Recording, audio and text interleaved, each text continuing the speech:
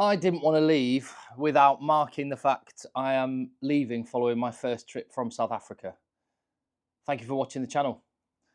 I'm Tim and this is Egg Chasers, and this is not going to be a rugby focused video. I mean, it'll be part of the conversation. Obviously, that was my reason for the trip to South Africa, but so yeah, if you just want the rugby, hey, that's fine. There's loads of that from my trip to South Africa and all sorts of other stuff for you to go and check out. No, I just wanted to take a moment just to kind of reflect. I'm sat in my hotel room. I'm about to go to the airport. God, it's weird. God, weirdly, I feel a little bit emotional. I don't know whether I'll actually post this video now. It's a bit embarrassing. Mixture of emotions at this moment. How strange. I'm really looking forward to going back and seeing my family, who I've missed. And that's the only thing that I would say is anything approaching a negative on this trip, which has been so mind-blowingly amazing. I cannot tell you. I hope it's come across on the videos that I've posted just what an unbelievable time I've had. There's more videos to post as well. I've had some technical issues. It's just me and my laptop and my phone basically, and I've had a few issues. So there's a couple of videos, like my time in the bush. I've not been able to post everything I wanted to there, so there's more to come. But I need to bring my family back here. This place is unreal. This country is incredible, and I'm fully aware I've only just scratched the surface. So what did I do? 3 weeks ago I landed. Never been here before, and I wanted to come and sample Craven Week before I got into the big Test match rugby, the box in Ireland. And I'll tell you what set the tone. It was arriving at OR Tambo Airport in Johannesburg. New country. I was absolutely exhausted from a long flight, bit bleary-eyed. And you know that thing when strange place, the money's different, languages are different, everything's a bit different. I was on my own, and I went up to a member of staff in the arrivals hall at OR Tambo Airport. And this person, you know who you are, because I know you'll be watching the channel. And I asked for some help, point me to the car rental places, please.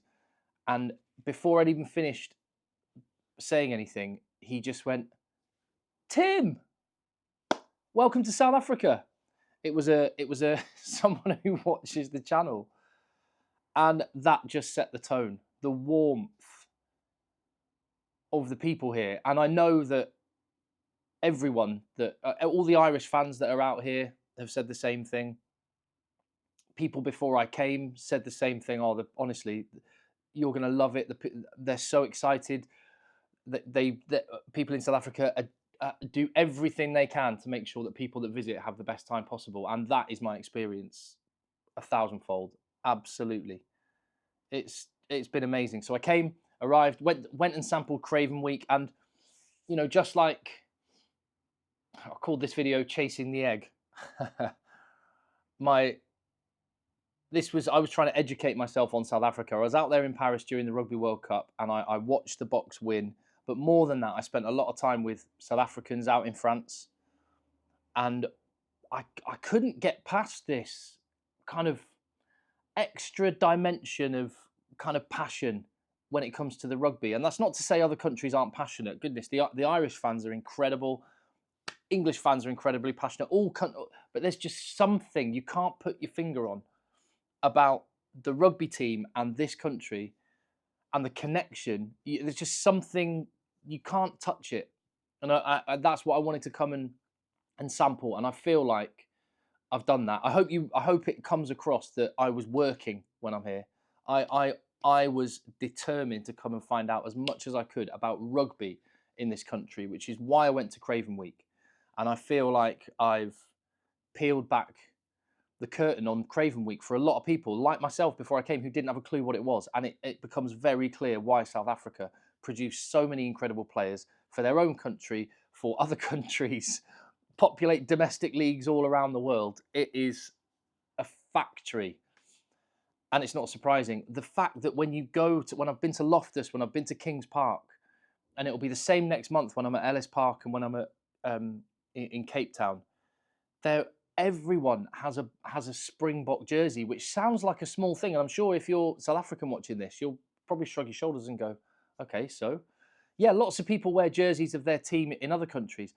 Just it's like everything in South Africa when it comes to rugby is kind of like the rest of the world, but just dialed up even more. Every single person had a Springbok jersey, and I've learnt about Bok Friday, and that everyone turns up for work or school or whatever the day before a big Springbok match in their shirt. It's amazing. So bearing in mind this is a rugby channel, and the reason I started this channel is because I love rugby that much. It's no surprise. I absolutely love South Africa, but there's so much to love.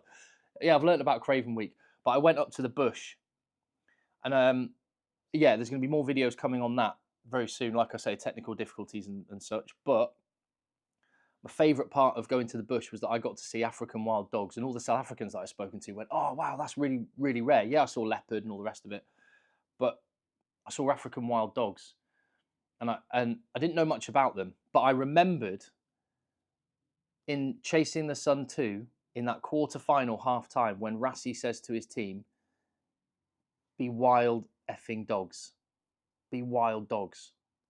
If you've seen it, you'll know what I'm talking about.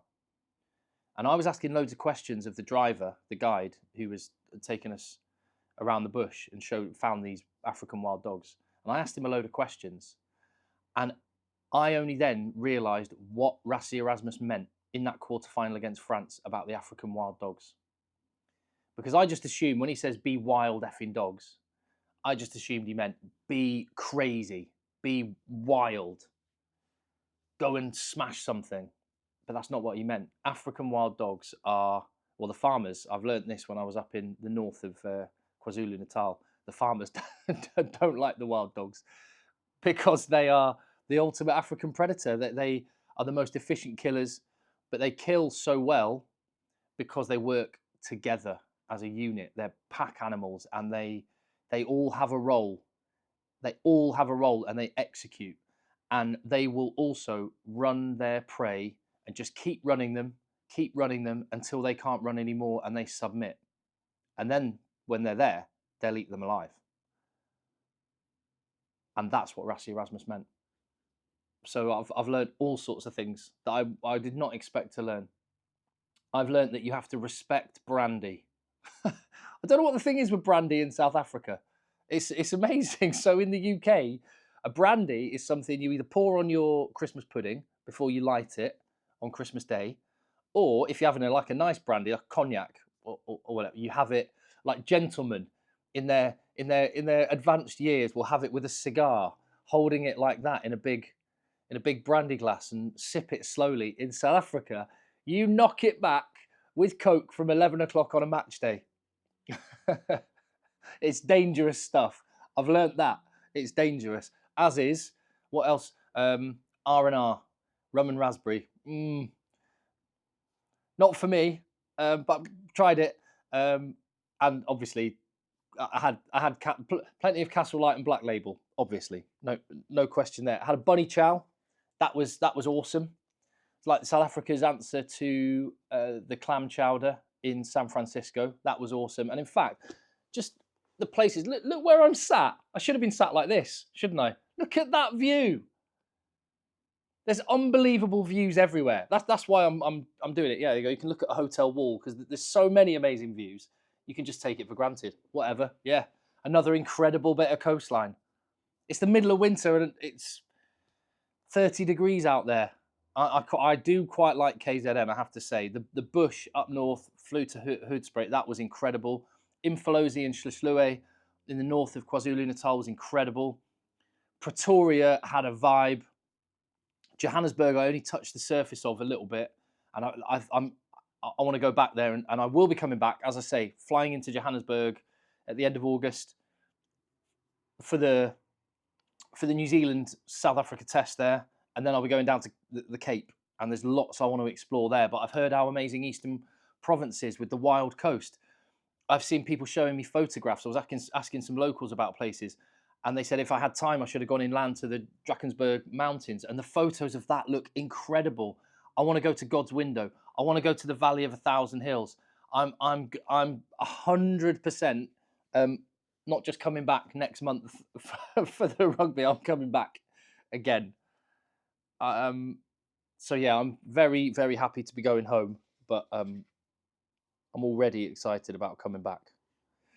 Last job I need to do before I go is I need to get to a pharmacy because I tell you what, you get some good stuff over the counter in South Africa. I want to take some of that back. And the other thing I want to take back is biltong. I've got a couple of kilos of space in my luggage, and I'm going to fill that with dried meat. The meat in this country is incredible. It's no wonder you have so many massive men with the amount of protein they eat. The best steak of my life, prime rib. It was at a little place called Tony's Spaghetti, sort of near Rudeport Krugersdorp way. And I got taken there by someone that I featured the video earlier on my trip, Rory Stain. Took me to this restaurant, little humble place, just on the outside of this kind of shopping complex, local shopping complex. You wouldn't look and think that's incredible. The best prime rib I'd ever eaten in my life. It was incredible. And then here in Umschlange, I went to Butcher Boys yesterday to have my last meal, and I had a côte de boeuf, which was a prime rib with bone marrow, which they come with a blowtorch, and then you scoop it out, put it on the. Oh, my mouth is salivating even as I talk about it. I'm going to miss the meat, so I need to take some of that with me. But oh yeah, and I went to a CrossFit gym while I was here in Durban, and they took me out like on my own, stranger in this country, and they went, "Hey, we're going out for a drink. Come with us." And they took me to this little bar, which is on Virginia Airport. If you ever come down, you should go. So Virginia Airport, little tiny airport where sort of like small planes and helicopters will come into. But there's a bar there called the Wings Club, and it's just this little bar looking out over the runway, and the cheapest drinks I've ever had in my life. And that's even like by South African standards, these drinks were cheap. Such a great country. But fundamentally, the rugby is what unites us. And I've seen that. Rugby is a passport. I've got my actual passport just sat there. I'm going to be going shortly.